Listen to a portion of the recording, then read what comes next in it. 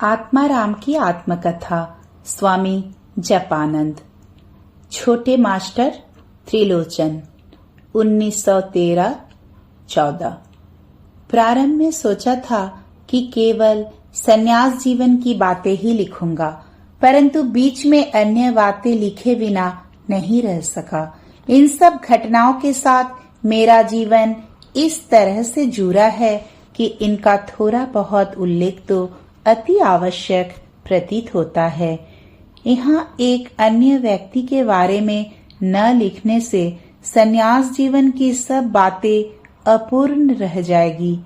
वे है छोटे मास्टर त्रिलोचन।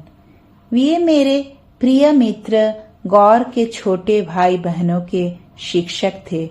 जिस दिन से उन्होंने पढ़ाना शुरू किया उसी दिन मेरा उनसे परिचय हुआ। बाद में जब ये दोनों भाई मेरे ही घर के नीचे वाला कमरा किराए पर लेकर रहने लगे तो वह परिचय और भी प्रगाढ़ हो गया। फिर माँ के संबंध से भी उनसे संबंध बढ़ गया था। मास्टर अधिकांश समय घर में ही रहते, खाते पीते काम करते। मैं भी अपना अधिकांश समय वहीं उनके पास बिताता। इस प्रकार हम दोनों के बीच एक विशुद्ध प्रीति का बंधन जुड़ गया। कई बार हम दोनों के बीच समाज, धर्म, राजनीति आदि विविध विषयों पर चर्चा छिड़ जाती। कभी कभी हम दोनों घूमने भी जाते। एक दिन हम दोनों इसी प्रकार घूमते हुए कॉलेज स्क्वायर गए थे। ईश्वर है या नहीं, उन्हें कोई देख सकता है क्या? धार्मिक जीवन का महत्व, महापुरुषों का जीवन आदि कई गंभीर विषयों पर चर्चा करते करते संध्या हो गई। मैंने कहा, चलो थोड़ा कृष्णदास पाल की मूर्ति के पास से होकर चले।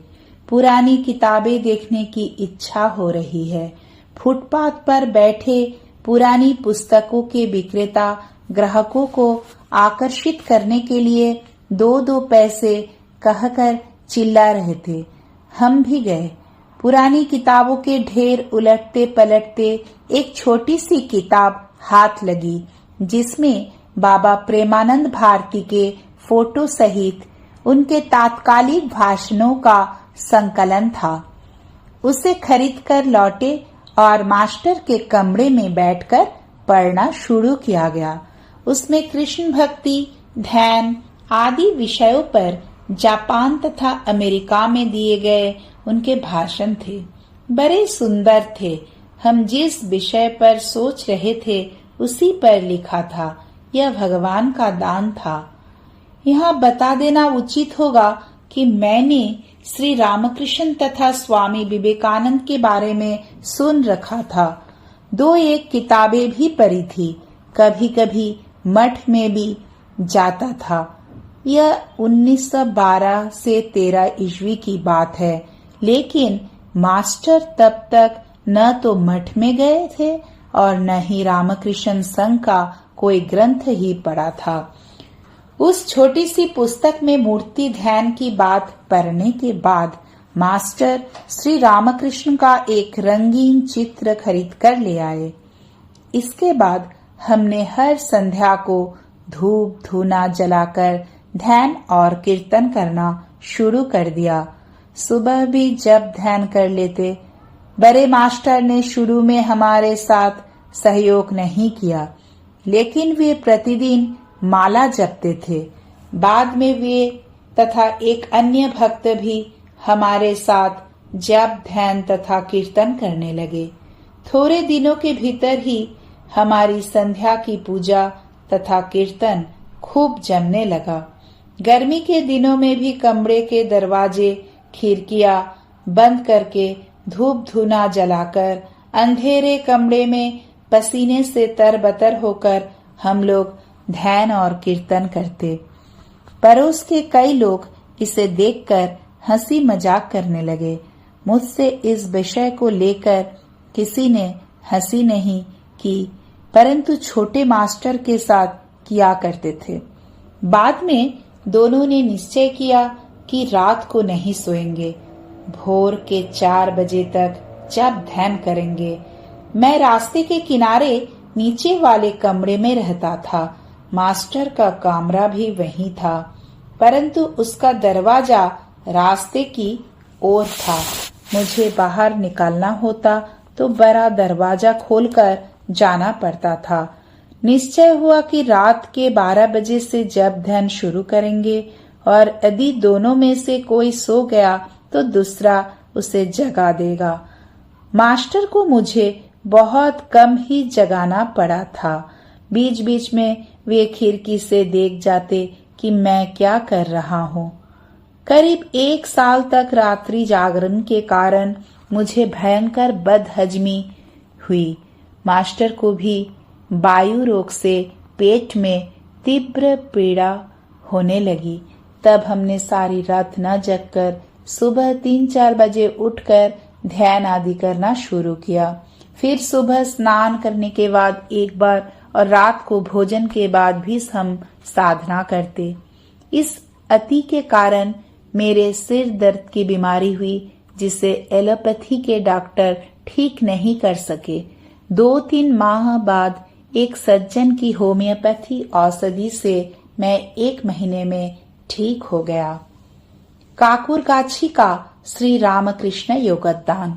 श्री रामकृष्ण का चित्र खरीदने के बाद एक दिन मास्टर को काकुरगाछी जाकर वहां के योगदान में श्री रामकृष्ण का समाधि मंदिर देखने की प्रबल इच्छा हुई। निश्चय हुआ कि पैदल ही जाकर देखेंगे।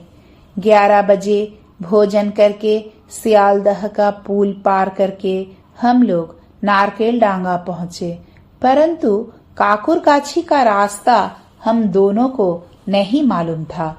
इसके बाद हम योगदान का रास्ता पूछते हुए इधर उधर भटकते रहे। करीब 3:30 बजे एक सज्जन से भेंट हुई। भाग्यवश वे भी उधर ही जा रहे थे। उनके साथ हम लोग योगदान में पहुंचे और दर्शन आदि करके बहुत आनंदित हुए। स्वर्गीय राम बाबू महात्मा रामचंद्र दत्त के शिष्य योग विनोद महाराज के साथ भी उस दिन खूब बातचीत हुई। मास्टर के मित्र विधु बाबू के साथ राम बाबू की बड़ी कन्या के विवाह की बातचीत चल रही थी। विधु बाबू उस समय एमए पढ़ रहे थे। बाद में उनका विवाह हुआ और वे एमए पास करके सीपी के छुई खदान में मजिस्ट्रेट हो गए थे। योग विनोद महाराज ने मास्टर से बहुत आग्रह किया कि लड़की भक्त परिवार की है। यह बात वे अपने मित्र से कहे और यह भी कहे कि ऐसा स्वर्णिम अवसर उन्हें नहीं छोड़ना चाहिए। मुझे यह कारण सुनकर बड़ी हंसी आई। यदि कोई भक्त है तो क्या यह जरूरी है कि उसकी लड़की भी अच्छी होगी? भक्त खुद प्रकृति के नियम का उल्लंघन कर सकता है, परंतु यह सोचना व्यर्थ है कि केवल उसी के योग बल से उसके वंशज भी ऐसा कर सकेंगे। अस्तु हम दर्शन आदि करके शाम को लौट आए और मास्टर हमारे इस अभियान की बात सबको सुनाते रहे क्रमशः। जय श्री राम